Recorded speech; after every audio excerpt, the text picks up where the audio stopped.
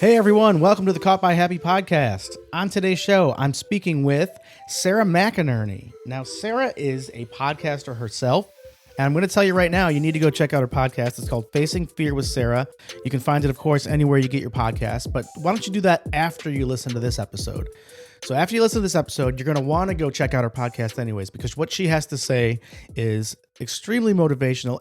Maybe you're coming out of college right now, or maybe you're about to switch careers, or maybe you just have identified what you're good at and what you like to do, and you might need that push to knock down that door and go after it. Sarah is an accomplished public speaker as well. She's done TED Talks. She'll go to colleges and speak to graduating senior classes about what they can expect once they get out into the workforce and give them the motivation they need to identify what they like to do, what they're good at, and then pursue it. And I think the reason why Sarah's message resonates is because she's lived it herself, not just from a professional standpoint, from a personal standpoint. And you'll hear about that in our chat.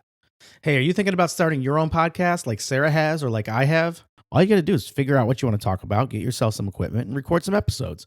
You're going to need a podcast host, though, and I found Buzzsprout to be hands down the easiest and best way for me to launch and promote and then track the performance of my podcast. It's listed in all the major directories like Apple, Spotify, and Google Podcasts. All I have to do is just upload it, and then Buzzsprout does the rest. Lucky for you, I put a link in my show notes that will get you a $20 Amazon gift card if you sign up for a paid plan. Following that link lets Buzzsprout know that I sent you, and it helps me support this show. They're great. They have a ton of guides to help you find the right equipment at the right price. You get a fantastic looking podcast website. You get some really cool audio players that you can embed into other websites or drop into your social channels. You get to see how people are listening and tools to promote your episodes and a whole lot more. Podcasting is just not that hard when you've got the right partners like Buzzsprout. And if you're thinking of diving into it, go check out my show notes, click the link and sign up, get yourself a $20 Amazon gift card, and help me continue to be able to create this podcast. All right. Well, how's everybody doing otherwise? Everybody doing all right? I know it's been kind of a tough couple of weeks here. It's been kind of crazy. A lot of not great things happening out there in the world. I mean, it's tough to not get bogged down in it, you know? I think for me, it's just you take a moment to acknowledge what's going on or whatever is affecting you, and you breathe through it, and you start to move past it. I try to focus on whatever it is I'm working on at the moment, focus on my goals, or in my case, really, it's focus on figuring out what my goals are. And that's really how we move past these things, right? Take a moment, acknowledge it, take a breath. It's there and let it pass. You'll get through it. We'll all get through it together, right? Right. And that's what Sarah's going to talk to you about as well. Facing that fear, acknowledging it, and then kicking its ass. That's what Sarah does best, and she's going to tell you all about it. And we're going to talk to her right now. Hi, Sarah. Hi. How are you? I'm great now that we got this remote thing figured out. Yeah, I know. It's my first time using this particular program. Yeah. Where are you? I am located in Indianapolis, Indiana. I am originally from Northwest Indiana, which if you're in the Midwest or Indiana or Illinois, you know as the region. So I'm a proud region rat. Okay. A region rat. Okay. I've never heard that before.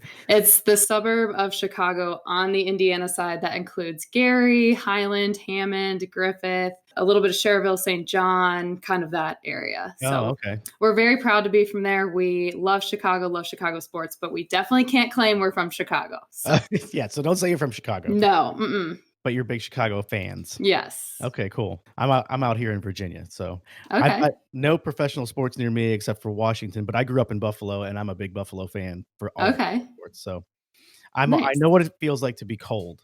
Yeah, for right now. Although today's actually not so bad. So today's pretty nice here too. All right, so you and I don't know each other, but we were talking a little bit over email when we were trying to set up this podcast, and I did a little bit of research on what you do, and you're just like this big bundle of positivity. So I was like, yes, I need to have her on the show because this show is really about people who are following their passions and following their dreams and kind of bucking the trend and saying, hell no to the status quo and just going out there and doing what they love. So I want to get into it with you about what you do now. What are you doing right now for work? Yeah.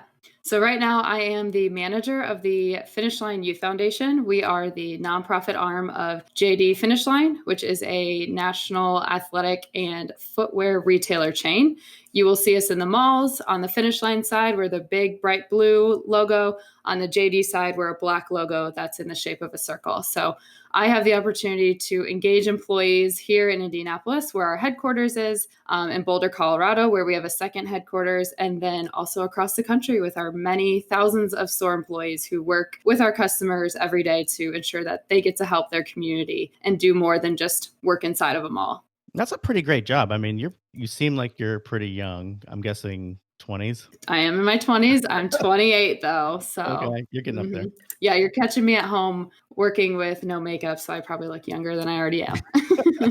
So do you get to travel around to go to these various stores and meet other employees? I have been fortunate to travel in this job, and that's been awesome because there are many opportunities and jobs in our home office that don't require any travel, but yet we all work together as one team. But as you know, that face-to-face connection is absolutely invaluable. And so I have been fortunate to travel from coast to coast and to meet, our boots on the ground who make Finish Line and JD what it is. And it's the coolest, most diverse team I've ever been a part of. So I've really enjoyed that. How did you get into that? You're talking about being this bundle of positivity and going against your stereotypes and whatever. When I graduated from Ball State University, chirp, chirp, which is on the east side of Indiana, I had a choice between choosing an internship with the Youth Foundation or taking a full-time job. And I struggled with this because obviously the job was everything that I wanted. It was, a 5-figure salary, health insurance. It was in downtown. It was in a really cool spot downtown, free parking. But the internship, which was with the Youth Foundation, kept tugging at my heart because it was an opportunity to do what I do now, which is really impact employees. We have a partnership with Special Olympics and Boys and Girls Clubs to help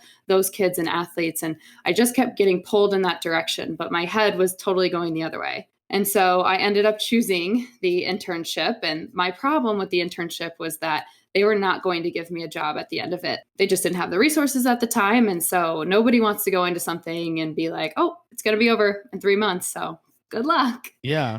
So that's really where I think choosing happiness in my life began seriously for me, because I had a lot of people saying, oh my God, take the job. It's a good salary. It's what you've worked for. You've done internships so many times. You're too old for an internship. What are you doing? You have a college degree. But I kept listening to myself, and I'm very fortunate. I had very good friends at Ball State who were like, hell no, do what you want to do. Go for the internship. And so I did. And that was my passion over paycheck moment. And I ended up giving a TED talk a year later about millennials breaking the stereotype and following your passion before you follow a paycheck. So you were right out of college then? You were 21-ish, 21, 22? 22.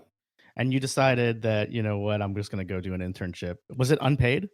No, it was paid, which was great. It was paid, but you didn't have the guarantee of a job at the end of it. No, none. Yeah. Which was scary for me. I'm very type A, so I want to know the plan in the future. And that was just nothing. This was pretty much your first job out of college? Yep. So what did you do? Were you like living at home? Did you have your own apartment? What was your plan then? If you knew that there was nothing coming up at the end of it, what were you planning on doing with the experience that you got with the internship? I was fortunate in that when I graduated, my boyfriend, then fiance now, we moved in together in Muncie, and Muncie is a pretty cheap place to live. And then you get to split it in half with a roommate. So that helped me a lot. So I commuted an hour each way to the internship because I didn't want to commit to living in Indianapolis, which was a little bit higher rates of living than Muncie was. So I commuted. Not only are you going from college to going to class a few times a day, you can sleep in maybe on your Tuesdays or whatever, but now it's got to be there at 8 a.m., which for me means I'm up like no later than 6 to get in the car and whatnot. Balled on a budget as much as I could, saved some money. I had multiple jobs in college, so I knew that was going to help me out. So that eased a little bit of the tension. And then I definitely relied on family and friends for budgeting tips and things like that, since I didn't know what was coming next. But you said it was your passion over paycheck moment. So you knew that you had to do this. Have you always been like that? I don't think so. It was more in that moment because as a kid, I was really shy until 5th and 6th grade. So I don't think I was pretty outspoken or like doing what I wanted. I'm the oldest of 4, and in our family, it was very much like you are the leader, so please stay in line so the rest of these 3 will not go out of line. But then, of course, when I grew up and went to college, like all my siblings were doing whatever they wanted at all times. But yeah, so growing up, I feel like I was pretty like kind of on the straight and narrow and just did what was expected of me. And our parents had high expectations, which were great because it kept us busy in school and whatnot. A moment I can think of when I was a kid where I did choose my happiness over something else was I grew up as a gymnast and did it for a long time. And I remember being at practice one day and just missing my mom. And I was in like fourth grade. And if you know anything about the gymnastics world, by the time you're in fourth grade, you're going to practice 3-4 times a week for 2-3 hours at a time. That sport just accelerates extremely quickly when you're younger. And I just remember thinking like, this is not worth it. Like I miss my mom. I didn't have a lot of friends. And so I quit and then started playing soccer and basketball. And that's when my social life really took a turn. Yeah. So that would be an example of when I was a kid and I chose happiness. That's good advice for me because my two girls are in second and first grade and they're both in gymnastics. So I guess it's about to ramp up for them. So you know this world. And I love gymnastics. It's actually the only sport that I seriously follow nowadays. And it's a great sport for kids because it gives you all those basic muscles and discipline and what hard work looks like, because I truly think it's the hardest sport in the world. As you know, it's a lot of dedication and some kids love it and they go forth with it, but being happy is what you have to have at your foundation. So did you give it up then? I did. Yeah, completely. Yeah. And it's funny because by fourth grade, you already can do some pretty advanced skills. So to this day, like I could probably go outside and do a round off back handspring if I wanted to. And I can hold a handstand for over a minute. Like that's how much of an impact gymnastics has on your strength, is you hold these things for a long time. Okay. So you're an intern, you're out of college, you have an internship, you have no guarantee of a job. When did you get that job? I ended up loving it. And so I started thinking, okay, if I'm not going to get a job after this, Finish Line is not going to forget me. So I started networking with anyone and everyone from every level of the company who I would just look through the org chart and be like, oh, their job sounds interesting, or I've heard good things about them.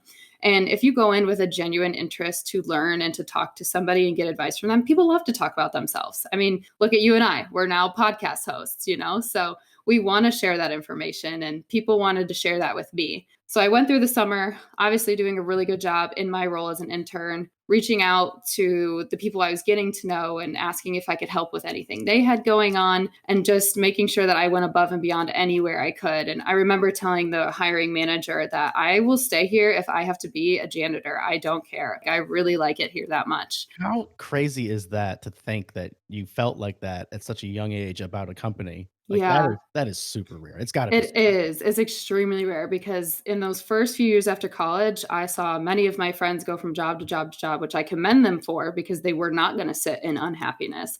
But I did know that my situation was rare. And I think I recognized that early to be like, I'm going to squeeze the life out of this company if they're going to let me go. And they ended up not letting me go, which was great. So another job opened in a different department and I applied for that and I ended up getting that job. And a lot of the reason why I got it is because I had done so much networking that by the time that job opened, other people were telling that hiring manager, like, hey, you have to give this girl a shot. Yeah. She seems genuine. She seems like she wants to work hard. And I share this side story only because I know it now, but I have applied for a corporate communications position and it came down to me and somebody else.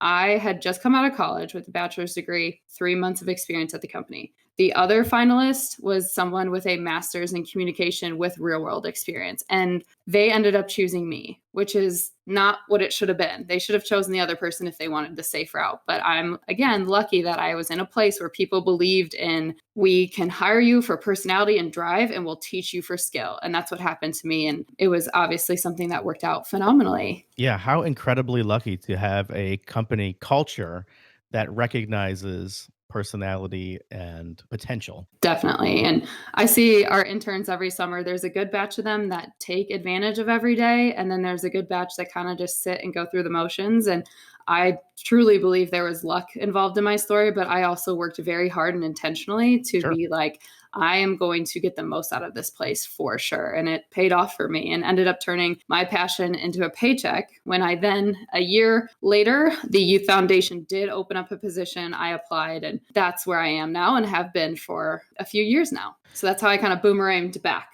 So did you have any specific mentors back in the day that were helping you realize the path that you were on and trying to motivate you, stay focused? Yeah, I still had great relationships with people at Ball State. There was 2 mentors specifically, Laura O'Hara, who was a previous professor of mine, and then Lori Byers, who was the dean of the school that I was in at Ball State. And both of them, when I came to them with my struggle of, should I take the internship or should I take the full-time job, were like, no, take the internship. You know which way your heart's going. Follow that. And so I stayed in contact with them and then gained some mentorship through the multiple people I was meeting at Finish Line. you're doing this, but what else is going on the side? You said passion over paycheck, and that's something that you've turned into a brand for yourself. Yeah. So tell me about that. So a year after becoming full time at Finish Line is when I did that first TED Talk, and I called it Breaking the Millennial Stereotype and Following Your Passion Over a Paycheck. Now, how did you get into doing TED Talks? I have always loved speaking. I had a communication degree and I had a class with a professor named Ashley Coker, and it was a communications class on steroids.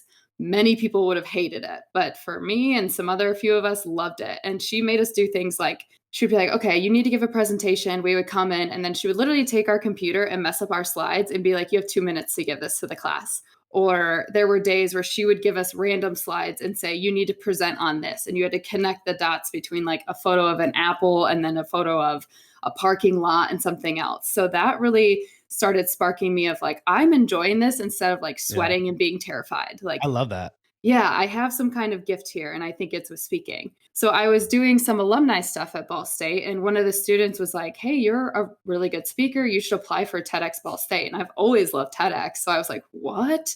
There's a TEDx being held here? So funny enough, I was there for homecoming. The application was due the Monday after homecoming. So I'm like, okay, this is my first homecoming as alumni. I was planning on going to the parade, the tailgate, going out and partying. But now, like, I need that Sunday to be mine so I can apply. You have to do a video application, you have to do a written application, and get all that submitted by Sunday night. So I remember that weekend as a stress because I was like trying to have fun and party it up, but also at the same time, I was like, I want this so bad. Yeah, I just applied. And when I graduated, I wrote passion over paycheck on my cap. So I was like, that's what I'm going to call this. And that's what I led with. So how did it go?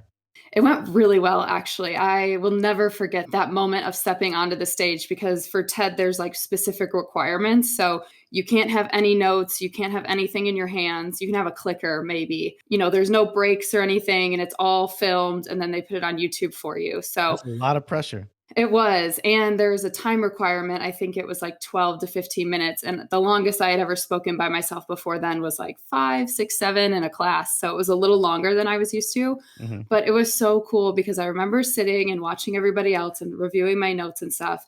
And then you get up there and the lights are on you because it's really high quality filming and you can't really see the audience. And I'd never experienced anything like that. And then, for lack of better terms, my speech just came out like word vomit. I didn't need my notes. I knew when I was going to make the audience laugh. And even without seeing my friends and family, I was just absolutely rocking it and trying to make that eye contact. And I loved the experience. It was awesome. Yeah, have you done it since? I have. I did another one in 2017, and it was actually in the region at a local high school. And that was cool because it was a bigger audience and a physically bigger stage. So it was kind of that next step up. Okay, great. So you've done the passion over paycheck presentation now. What did that bring you? What did you find after that? Did you start living that in a different way? So I lived it in the way of finding and getting into my job because, like I said, I started realizing how fortunate I was to be where I was. So I started aiming at universities and speaking at different colleges around and trying to encourage other seniors and juniors to do the same because I ended up being really happy, well taken care of at Finish Line and doing something that I truly cared about. And I wanted them to kind of lean towards their passion if they could. And then I also kind of started making Passion Over Paycheck a brand. So I made a website called passionoverpaycheck.org where I blogged. And then I also had a blog series called Passion Profiles where I interviewed other people who were following their passions without looking back and paving their own path. So it introduced me to other people's stories too, because as much as my story was definitely a unique unicorn, other people are doing this in different ways too. So I wanted to share that with the world as well to help inspire. Awesome. And how was that received? It was great. I really enjoyed doing it. So I did interview style blogs where I would write the question that I asked and then have their response. Yeah. And it was great because once I started turning the story away from me, it was more well received because people could start seeing themselves in these other stories that I had presented from other people who look different than me, who are in a different industry. And you just open that up. If you can see success, you can be success. And so people started receiving Passion Over Paycheck in a different way. And it was awesome. Yeah, absolutely. I mean, I think it's one of those things that, at least for me, anyways, when I talk to people who are following their passions, it's almost like a snowball effect. It helps me motivate myself even more to go out and do what I want to do. And I think other people hearing their stories, whether they can relate to it or not in terms of like what they are doing, but if they can relate to it in terms of following their dreams and getting the motivation to go out and do it, I think that's an amazing thing. And there's more than one way to do it, is what I learned too. Yeah. Okay, so tell me about the podcast. When did you start that? I've always wanted to make a podcast because when I was doing these interviews, I was having these great phone calls or FaceTimes with these people, and we would laugh about things. We would go on side tracks about things. And I was just, after a while, got kind of disappointed in that we were having these awesome conversations, but then they were just showing up in black and white on paper on the internet. So I've always known that there was something missing there. And I've loved podcasts. The first podcast I ever listened to was called Startup, and it was from Gimlet Media, if you've heard of them. Yep. He started from nothing, and now just they sold to Spotify for, I'm sure, a boatload of money. But that was very inspiring to me and really got me into that entrepreneurial mindset and what that looks like. I put the podcast off for a long time because, as you know, it's a lot of work to figure all this out and dive into this world. I attempted to start this podcast last year, and I kind of chose the wrong time because I was 6 months out from finishing my MBA degree, but I'm kind of someone who thinks they can do it all until I get like the door slammed in my face that says, no, you can't. Just sit in this one thing and get it done. Yeah. So I attempted to start it last year, and I did an interview right around Christmas 2018. And I remember feeling so guilty because I held on to this guy's story for all of 2019 with no work to show for it. I ended up in February failing one of my MBA classes, and that was what broke my back because I had figured out that I was trying to do this new podcast adventure. I was trying to keep up with the MBA and work 40 hours a week and travel. And then somewhere in there have a personal life. And it just absolutely broke me. Oh, and then my fiance and I were trying to buy a house. That didn't work out either. So a lot of things just came crashing down. And I just realized, you know what? I have to give this passion project up because I have to finish the MBA. There is no choice. I'm paying for it. It's got to be done. So I put the podcast stuff away. And I mentioned this in one of my very first episodes of my podcast called Facing Fear on why it's so hard to just start. What I struggled with was seeing my mic on my desk after I had said, I'm going to put this project away. It genuinely made me sad. So then I put the mic away. And then I put like my headphones and stuff away. It was really sad for me to hide this passion that I was so excited about, but I literally could not afford the time to do it. So anyways, I finished the MBA in May. Yay. That was awesome. Congratulations. Thank you. And then I took the summer of 19 and did whatever I wanted. I stopped kind of doing a lot of my side hustling. I didn't work on the podcast and I just had fun and relaxed, enjoyed myself. I did some fun races. I do triathlons. And then I got the itch again in the fall. Yeah. In September, I started thinking, okay, enough is enough. You've put this off for long enough. You are called to do this. So then in October, I deleted all of my social media for a month. I put my head down and did the work and ended up launching it in mid-November. So it's a long story to how I started it, but it is not that hard to start a podcast if you put your head down and do the work. And so that's how it came about. And it's been the most joyous project I've ever worked on. That's crazy. I didn't realize that you went silent for a month. Now, were you branded before as Passion Over Paycheck, or was it more of a personal social? It was more of kind of this side hustle thing. Like all of my social media remained under Sarah, but my website was passionoverpaycheck.org. I actually changed my official branding from Passion Over Paycheck to Facing Fear probably 2 years ago because I started realizing like, okay, I'm getting older. I can still relate to college kids, but now I'm getting into my mid upper 20s. This is not the message that everyone wants to hear all of the time. And so I pivoted into Facing Fear. And now Facing Fear is my umbrella, and Passion Over Paycheck is one of those kind of columns that holds it up. Other things I started realizing was putting your happiness first and what an important lesson that is. When one door closes, you knock on the next. That's a life example that I could pull from through too. And then following your passion over a paycheck. So I kind of pushed passion over paycheck down and went with this Facing Fear thing because we all have fears we're facing. So I wanted to be more relatable. So that's why I went with that for the podcast. And I'm so glad I did. It opened up a lot of conversation. Yeah, I think you're right. I mean, Facing Fear is something that is more relatable to a wider array of people. And Passion Over Paycheck for sure is definitely part of that. But the Facing Fear part is something that even the podcast thing is just an example of it where I knew for a couple of years that I wanted to do a podcast and I love listening to podcasts and I think I could do one. but there was something inside of me that was saying, your friends are going to listen to it and they're going to make fun of you. And you're, do you really know what you're doing in the first place? And you're going to sound like an idiot and your voice is dumb. And I mean, for you, just knowing you briefly and listening to some of your episodes, like you have a house to take care of, multiple children. I Right. could see people looking at you and being like, why is he doing this? It's not going to make him a bunch of money. Like, what's the point? But you have to push past that stuff and face that fear and launch something that you truly care about from the heart. And I commend you for doing that because you're probably a lot busier than me. Well, I don't know about that. It sounds like you're pretty busy. So what do you do to tell people? What are some of the ways that you tell people to face that fear and to just start? I have always been into public speaking, so I just continuously pitch myself. Ball State's been a great supporter. I've spoken at Ball State many times, and I've gotten to do some bigger opportunities through them, like speak for this organization called Excellence in Leadership. I got to speak at a dean's ceremony for the college I graduated from in the largest auditorium that Ball State has on campus. So that was really cool and gave me a lot of great experience. And I just tried to continue to push myself and put myself out there. The next step of what I'm doing to continually get the word out there is I'm officially going to separate my personal and my side hustle social media world.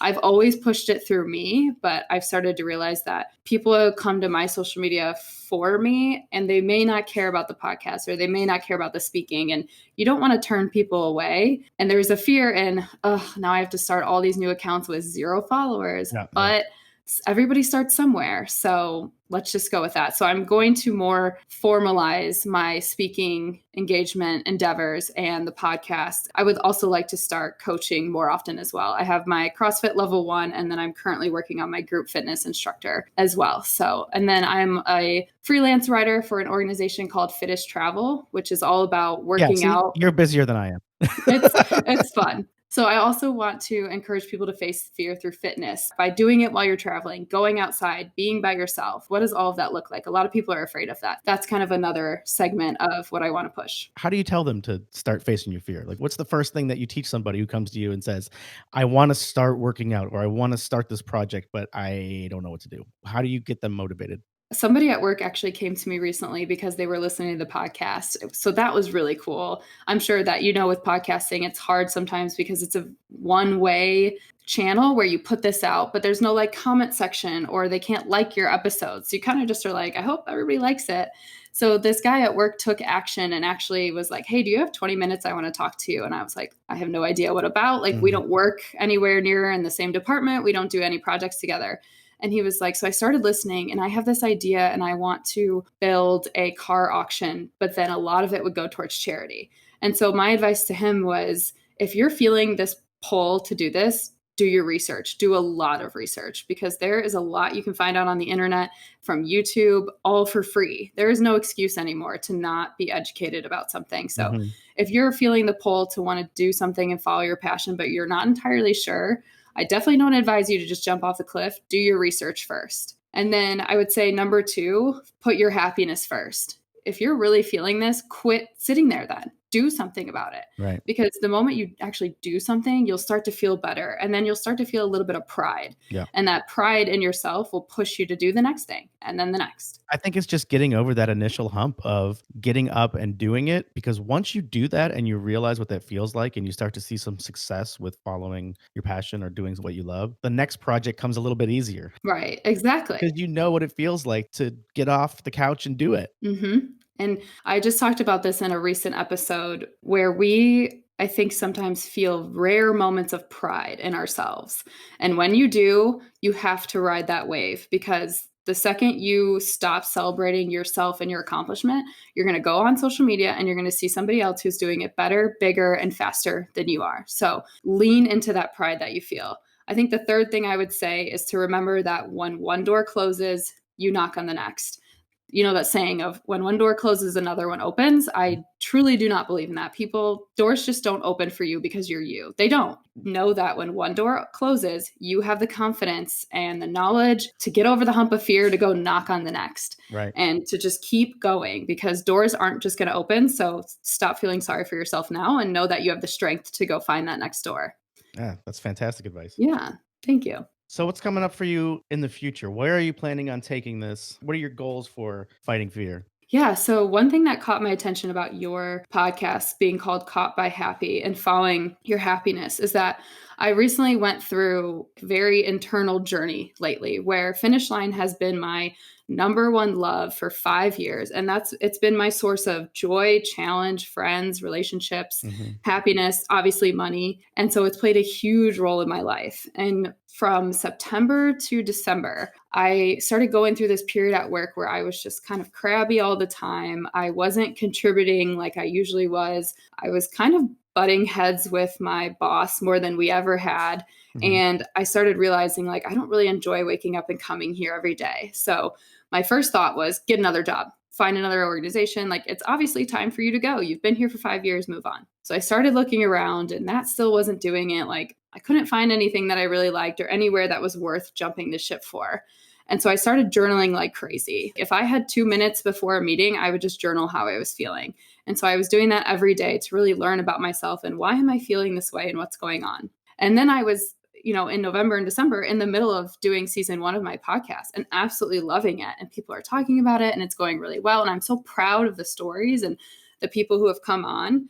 And I started realizing like that started trumping my love for work. And it kind of scared me because your job is supposed to be your first and foremost love and challenge and this exciting thing. And if you're not changing the world, what are you doing? Right.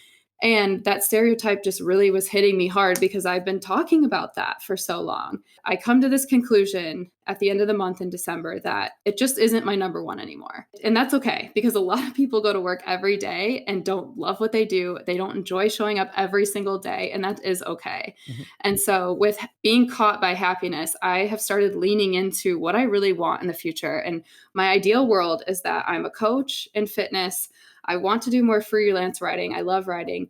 And I want to really lean hard into the podcast because I think it's good and I think it could be great. And I want to do more public speaking because I think public speaking is my gift that I can share to inspire and help others. And so I would love to lean more into those things. And my boss knows all of this. Mm-hmm. And so I'm also fortunate that I've been able to be very open and candid with him. And he's been an excellent mentor to me. And he goes, okay, great. How can we support you? Like, Yes, I love that. right. God, you're And so lucky to have that in your I corporate am. environment. He is a unicorn for sure. Yeah.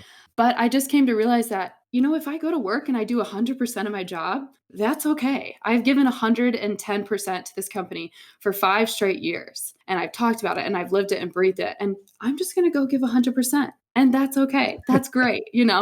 We recently hired on our team too. So that's been helpful because I've been doing 2 jobs for 9 months now. So that's an exciting change coming up for me where I'll be able to actually be level-headed at work. And I've just totally changed my attitude. And I was very unhappy for 4 months. And Yeah. now I'm lucky that, the switch kind of flipped in my head right when 2020 started, but I've got a new attitude. I'm excited about different things at work. I can't wait to train and coach and watch somebody else succeed. Yeah. But also when I come home, that time is mine.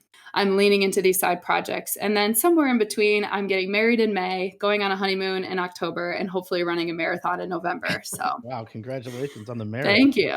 Married in May, honeymoon. I got married in May. What honeymoon October? Where are you planning on going? Italy. Nice. Mhm.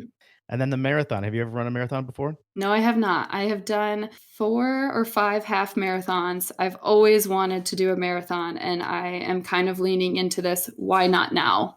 Go for it. Sure. That's great. Wow. I mean, this is just totally motivational story. I mean, I think there are probably a lot of people out there who are your age, upper 20s, who aren't anywhere near where you are in terms of like knowing exactly what you want to do with your career and with your personal life and following these little passion projects that you have. So, Yeah. Congratulations on that. Thank you. I think your podcast is fantastic and it's very motivational, even for somebody who's older and not in the same stage of life. But I think all of us, I don't care if you're 60 or if you're 20, sometimes you need that little push to get something started and to get over the edge. So thank And you. that's why I'm so proud to have like turned and pivoted into facing fear because fear exists forever. It's never going to go away. So, like you were saying, somebody who's 60, somebody who's my age, somebody who's 15, there's always going to be fear in your life. And it's different based on your story and your situation, but it's just a constant that's there. And if what I can say or do, or you can watch me do helps you at all, like that's amazing. And you said you're hiring a few people at work. They're going to be reporting to you? We just hired one, and yes, she will be reporting to me. This is my first time managing a full-time employee. I've overseen and supported our interns before, but those are 3-month stints. This is permanent, so I want to do a great job with it. So good. So congratulations on everything. Thank you. I was going to say, what really caught my attention about your podcast was Caught by Happy, and happiness comes in all shapes and forms too. So the one where you talked to your friend who has put out children's books, that was so cool to hear about that. And the one where you talked to the guy who was in the garage and started doing all these YouTube videos about fixing cars. It just comes in all shapes and sizes, and you deserve to be happy about what you want to be happy about. Happiness does not equal money, and passion does not equal money sometimes, but eventually you could turn it into that if you want. Right. But having the freedom to choose that is a wonderful privilege. And if you find it, hold on to it. Absolutely. And not everybody is lucky as you are to have a job that they go to and they feel fulfilled and they enjoy it and it's kind of on their path. But they might come home and, go tinker out in the garage with something and they would just really love doing it. I just want to tell people that it's okay to do that. It's okay to come home and go spend 3 hours in the garage and really put all of your heart into it. Exactly. And that's why I pivoted from passion over paycheck into facing fear, because with passion over paycheck, some people don't have that opportunity. And I would never want people to look at it and be like, you have an enormous amount of privilege and I'll never have that. So I'm going to tune you out now. Yeah. Which is true. I had the privilege of taking that internship. I didn't have to go get that full-time, higher paid job right after college because I had saved up and whatnot. But I think passion over paycheck is something that could be played to people's advantage at particular times. Yeah. Facing fear all the time. Yep. I've had to take jobs or I've done things that were just purely out of putting food on the table. Right. I mean, you have to do that. There's nothing wrong with that. But if you're not working towards ultimately what makes you happy and what's going to bring you joy, then what are you doing? Right. Life is short. Yep, exactly. Hey, Sarah, thank you so much for coming on. Okay. Thank you too. Yeah, I appreciate it as well. And this was fun to connect with another podcaster. So thank you. And your podcast is called? Facing Fear. Facing Fear. All right. Everybody look it up. Bright pink logo. Yeah. Okay, great.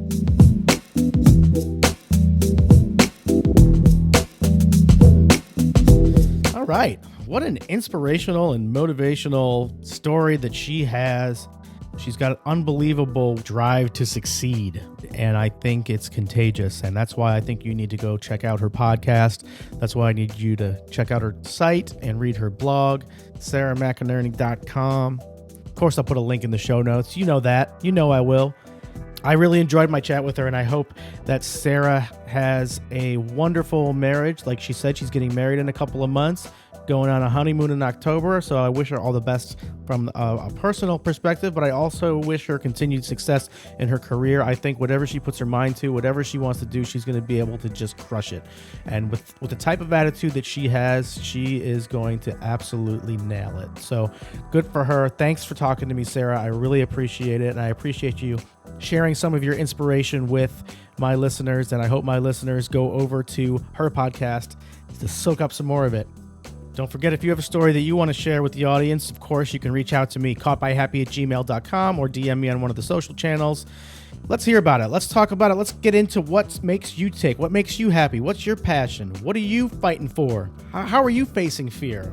Hey, you can be that inspiration that somebody needs. So come on the show and let's talk about it. Okay, everybody. Hope you enjoyed the show. Remember, just breathe.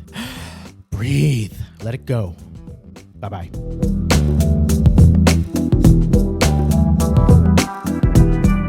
Caught by Happy is a production of Harrington Communications Consultants. If you need any help with your digital marketing, including communications, public relations, social media, all that good stuff, check us out at harringtoncc.net.